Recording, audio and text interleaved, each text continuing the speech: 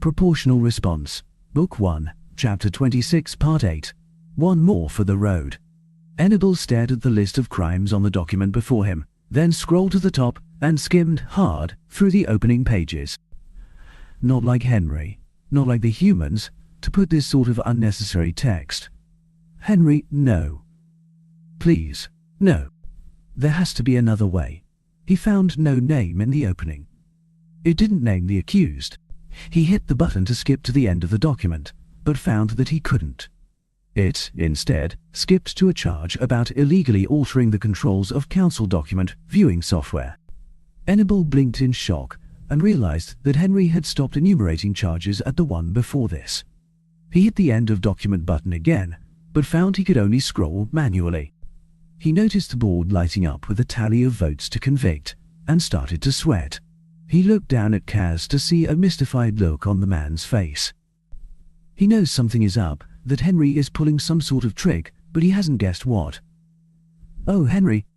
No, he continued to scroll, but the charges themselves told the tale. No, I won't. I will not let him do this to himself. I will not allow this to be his legacy, to see this. No. He recoiled slightly, almost surprised that he'd managed not to shout the word out loud. He snapped his spine straight and let all of his bottled fury from the last 2 years come to the fore. We will find another way, brother. I am sorry, but I will. A small-ish feminine hand grabbed his wrist as he moved to open his microphone. His fury paused as he recognized his aunt's hand and, somehow, suddenly felt the mounting tension in the room. The board showed every ambassador, every nation, but one had voted in favor. Every vote had been cast. Except his. I can still stop this. The votes can be unlocked in if I object. He pushed his hand forward, but his aunt held firm. Then words appeared in his vision. Lyra. Stop, my love. This is the only way. I talked with your aunt for some time last night, and we studied human history. They are better now than they ever were. But they are not there yet either. Henry knows this, and he knows it is his only way out. Let him go. Only the words of his fiancée stood a chance of cracking the armor of his fury. A chance, but not enough. No, I will not. He pushed again, and more words appeared. Lyra, I love you. I will love you whatever you do here today. But, before you do, look at him, look at your friend. See why he does it. Hannibal suppressed a snarl as his eyes, almost against his own will, turned to look at Henry. His brother stood there and stared at him, waited with a blank expression for him to make eye contact. He let his own fury show in his gaze, in the purple of his hands, but tried to convey his apology as well. His apology that he couldn't allow. Henry's eyes softened, and Hannibal saw something he never thought he'd see. Hoped to never see again. Pleading, Henry's eyes begged him to let it go. That look. To see his brother, the strongest sapient he'd ever known. No, the strongest sapient he'd ever even imagined, reduced to. He felt the fight, the fury, the rage fall out of him as though doused with freezing water. His legs jellied beneath him, and he sat heavily. The hollow display of his controls followed him, and he stared numbly at the buttons. Yes, no. A choice, one or the other. And I betray my brother, and my own heart, either way. An uncomfortable shuffling began to work its way through the chamber, and Beale knew he had no time. If he didn't act soon, someone would reach the end of the document, and the decision would be made for him. I can't do this to him, either of these. Neither vote will. No. He felt a giggle rise in his throat, but pushed it down hard. If he started now, he might not ever stop, and how would it look if he tried to giggle his way through being wed to the royal heir? That thought sent another giggle up, which he suppressed even harder as a phrase he'd heard so many times. From Henry Kaz rang in his ears. Never give in to binary thinking, look for options. He reached up with a hand which felt like a lead weight and stabbed the abstain button. The board lit up, the votes locked in, and a cheer went through gathered sound. Hannibal felt glad of the cheers. It covered his weeping. 2 arms crossed his shoulders, one from either side. Yoro sat there with him. So did Eldia. The cheering continued, and he leaned into the strength they pushed at him as he tried to compose himself. Kaz looked up at them, confused, took one look at his face, and he watched the Duke's face change.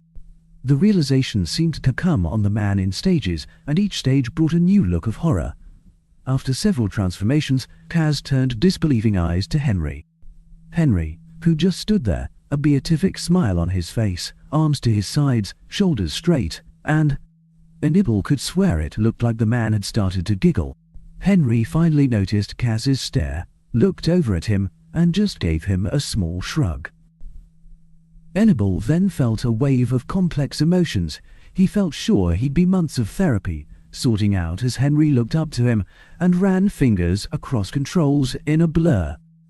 The words, "I'm sorry," appeared on his screen for an instant, then faded away. Somehow, those words brought a feeling of peace to him, and he finally wiped away his tears. There will be hell to pay for this, I swear it. The human politicians who forced him to this point. The Crown Prince may not have any real power, but I will have the Empress's ear. There will be a cost. Eldia squeezed his hand and leaned over to whisper, "Whatever you are thinking, whatever you are planning, push it aside. Henry needs you strong, here, now." He nodded to her and put on his best diplomatic face. He then looked around and realized that mere seconds had passed since he hit that fateful button, though he felt like he'd aged 1,000 years. The cheering began to subside, and Henry's giggles rose into full laughter as the man turned his own microphone back on. Henry threw his head back in a full-belly laugh, then had to reach over and grab the console at the front of his platform as his laughter began to come so hard he shook. The fervor of the crowd began to falter at the unexpected reaction, then die off to be replaced by expressions of consternation and puzzlement. Kaz hopped off his platform, walked over to Henry, hit the mute button on the microphone, and spoke for some moments. Hannibal ached to go down to his brother, but he knew, by the crushing pressure on his hand, that his aunt felt the same. Still, it is probably best that Kaz is the one there. I don't know if I could have held still if I'd had him within reach. By this time, tears of laughter streamed down Henry's face, but he visibly managed to take hold of himself. He then turned and began to walk off the platform, but Kaz grabbed him and hauled him back. They had another exchange of words, this time with hard expressions on both sides, that ended with Henry giving that signature lopsided grin, a shrug, and a nod. Kaz, still with a tight grip on Henry's arm, slapped the microphone control and spoke to the assembly. "I call for a vote, that we allow the man who was just sanctioned to give final words to this assembly before he is forever banished. For all that he may be accused of, he was still here for years, and there is good that he did. By the rules we operate under, a simple majority of the council should allow a single address by someone who is present, and allow the decree to be officially altered so it goes into full effect after a final address." If the buttons on Hannibal's console had been physical, he'd have probably broken a finger. Instead, his entire hand ended up passing through the button. With his own vote on the board so fast, several more followed. It did not end up a near thing, but it did not come in inanimous either. They still have no idea. None of them have any idea. In spite of himself, a smile began to split Hannibal's face. What is that phrase? Smoke and mirrors.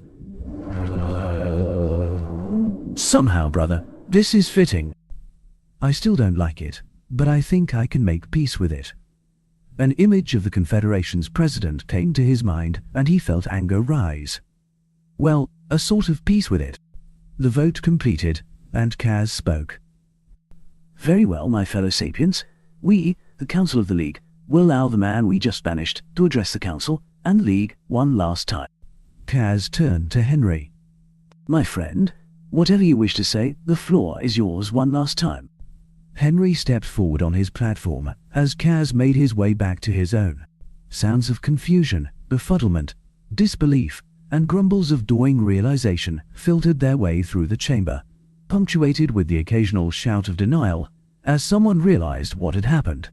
Henry smiled and spread his hands wide, palms up. "Thank you. I thank you all from the bottom of my heart. Your vote has freed me. I have served my species, and my nation and this council, for countless years, and it is time for me to retire. And now, thanks to your mercy and adherence to league law, I can finally retire in peace." A roar erupted. Fury, anger, betrayal, and occasional laughter. Henry stood there, hands wide, and took it all in. No, he isn't taking any of it in. He is letting it wash over him, like waves crashing against the shore, as he always has.